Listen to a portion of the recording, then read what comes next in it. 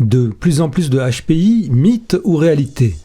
Même si on faisait passer des tests de QI à la planète entière, il n'y aurait pas plus de 2,3% de HPI au potentiel intellectuel, et même si tout le monde augmentait son quotient intellectuel de 10 points, ça serait exactement pareil. Et Intensément Podcast, le podcast qui explore l'univers des surdoués, HPI, au potentiel intellectuel et compagnie, va vous expliquer ça le plus simplement possible, mais accrochez-vous. D'abord, clarifions les choses. Beaucoup d'idées fausses circulent sur les surdoués et les HPI, entraînant une désinformation généralisée. Il est évident qu'il y a différentes définitions et théories sur l'intelligence, sans qu'aucune ne puisse prétendre détenir la vérité absolue. Si le quotient intellectuel ne mesure évidemment pas toute l'intelligence, il n'est pas non plus dénué de sens. Les tests de QI utilisés aujourd'hui sont le résultat de plus de 100 ans d'expérimentation, d'évolution, d'études et de recherches internationales en psychologie et en neuropsychologie, ayant abouti à un consensus solide quant à ce qu'ils mesurent une très grosse part de nos capacités cognitives. Les capacités cognitives sont les compétences mentales que nous utilisons pour penser, comprendre, apprendre, raisonner et résoudre des problèmes. Elles sont liées à notre intelligence et à notre façon de traiter l'information. Il est important de souligner que ces capacités sont utilisées dans notre vie quotidienne, pour toutes sortes de tâches, et ne se limitent pas aux connaissances, à la culture ou à l'intellectualisation. Une personne dotée de hautes capacités cognitives, c'est-à-dire avec un QI élevé, peut être footballeur, plombière, ministre ou même au chômage. D'après le consensus international et les études menées, un cerveau HPI est un cerveau quantitativement plus puissant, rapide et peut traiter plus d'informations complexes. Rien ne lie le fait d'être surdoué ou à haut potentiel intellectuel à des troubles, des problèmes psychologiques ou des caractéristiques de personnalité. Chaque personne HPI est unique, comme tout un chacun. Bon, alors c'est bien beau ça, mais donc comment répartit-on les scores de quotient intellectuel ? Le score de quotient intellectuel est une évaluation relative par rapport à une population et une tranche d'âge spécifique. Par exemple, si vous avez 31 ans, votre score de QI sera évalué en fonction de votre groupe d'âge et de la zone géographique dans laquelle vous vivez. Pour établir la courbe de quotient intellectuel, on teste un échantillon représentatif de personnes de différentes tranches d'âge. Ces tests consistent en une série de questions et d'exercices visant à évaluer les capacités cognitives des individus. Les résultats sont ensuite comparés à ceux d'autres personnes pour déterminer le QI de chaque individu testé. Ces données sont ensuite représentées par une courbe, appelée courbe de Gauss ou courbe en cloche. Cette courbe représente la distribution des quotients intellectuels dans la population, c'est-à-dire comment les scores se répartissent. Imaginez que vous organisiez une course avec vos amis. Certains sont très rapides, d'autres ont une vitesse moyenne et d'autres sont plus lents.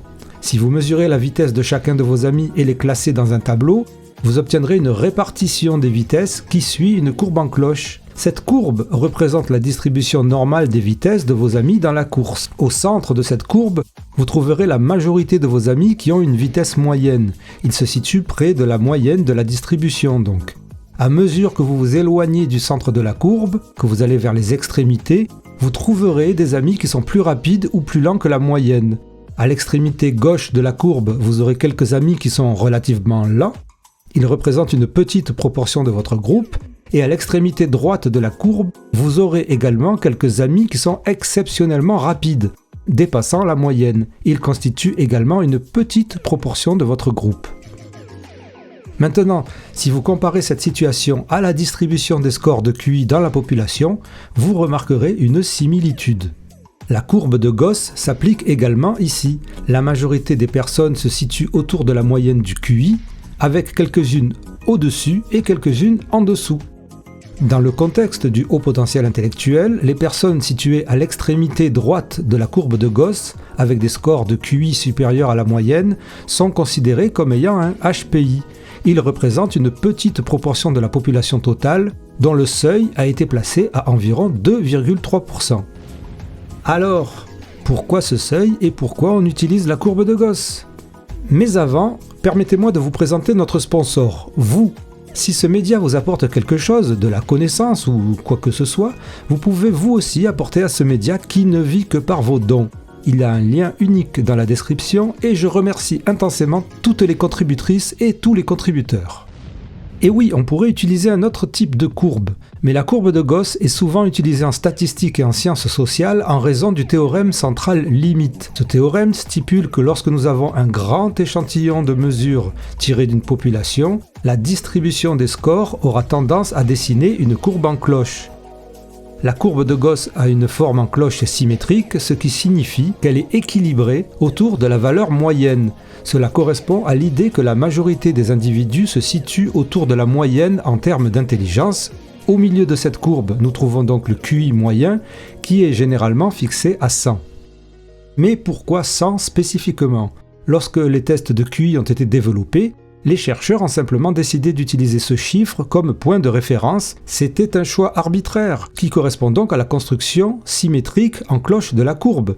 Fixer le score moyen à 100 permet de faciliter la comparaison des scores individuels par rapport à la moyenne.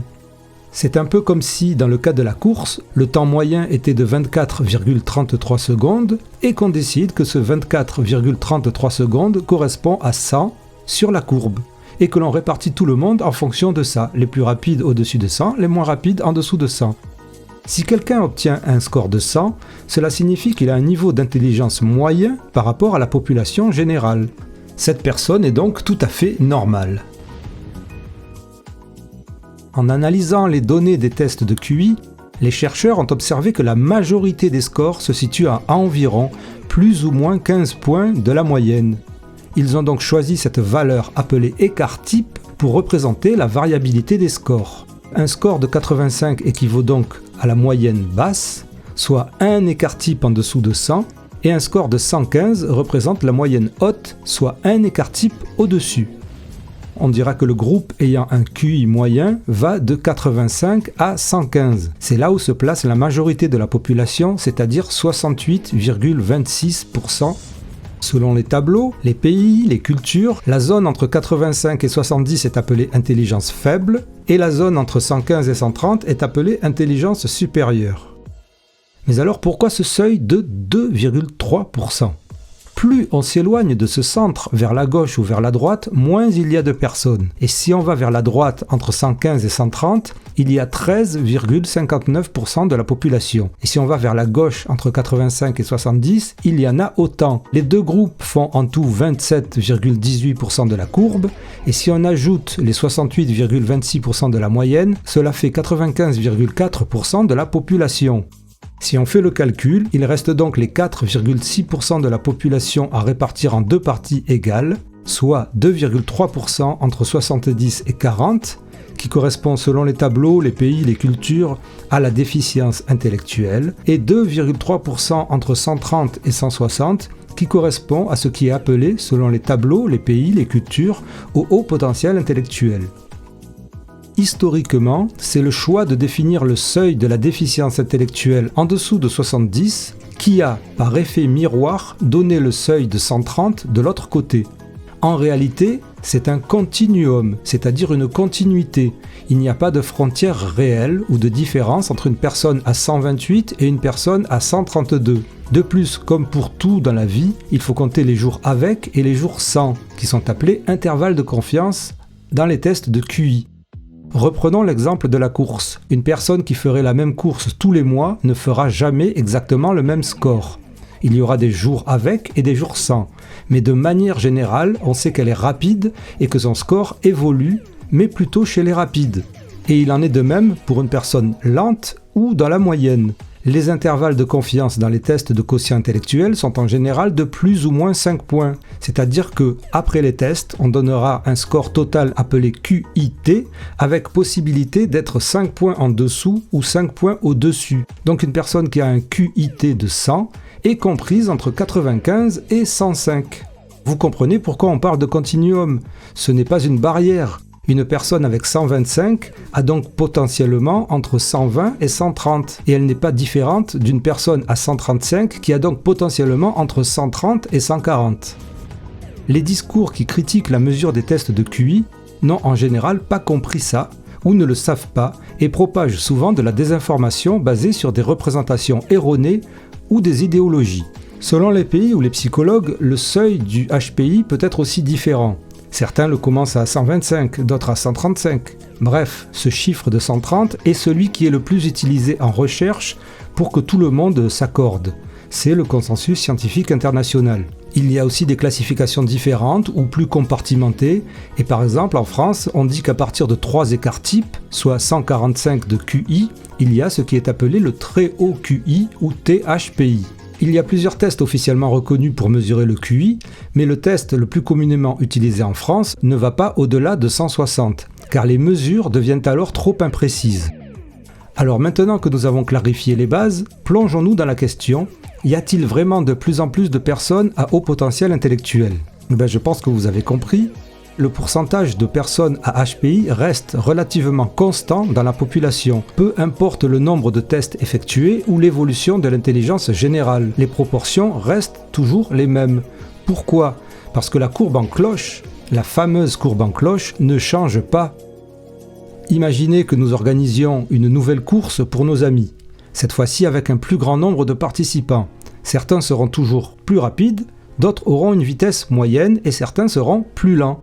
Mais la répartition globale des vitesses restera la même, une courbe en cloche, dans laquelle la majorité sera toujours dans la zone de vitesse moyenne, avec une diminution progressive des participants aux extrémités. Et si tout le monde devient plus rapide de 10 secondes, la répartition resterait exactement la même. C'est exactement ce qui se passe avec le quotient intellectuel et les personnes à HPI. Peu importe la taille d'échantillon testé, la distribution des scores de QI suivra la courbe de Gauss. Et les 2,3% de la population qui se retrouve aux extrémités, au-dessus de 130 ou en dessous de 70, restent relativement constants. Pour l'anecdote, 2,3% pour la France équivaut à environ 1 500 000 personnes de tous âges. J'espère que vous avez maintenant une meilleure compréhension de la question et que cela vous a été instructif. N'hésitez pas à poser des questions en commentaire. Merci d'avoir regardé et écouté jusqu'à présent. Intensément, c'est le podcast Divergent. Intensément, c'est le show potentiel.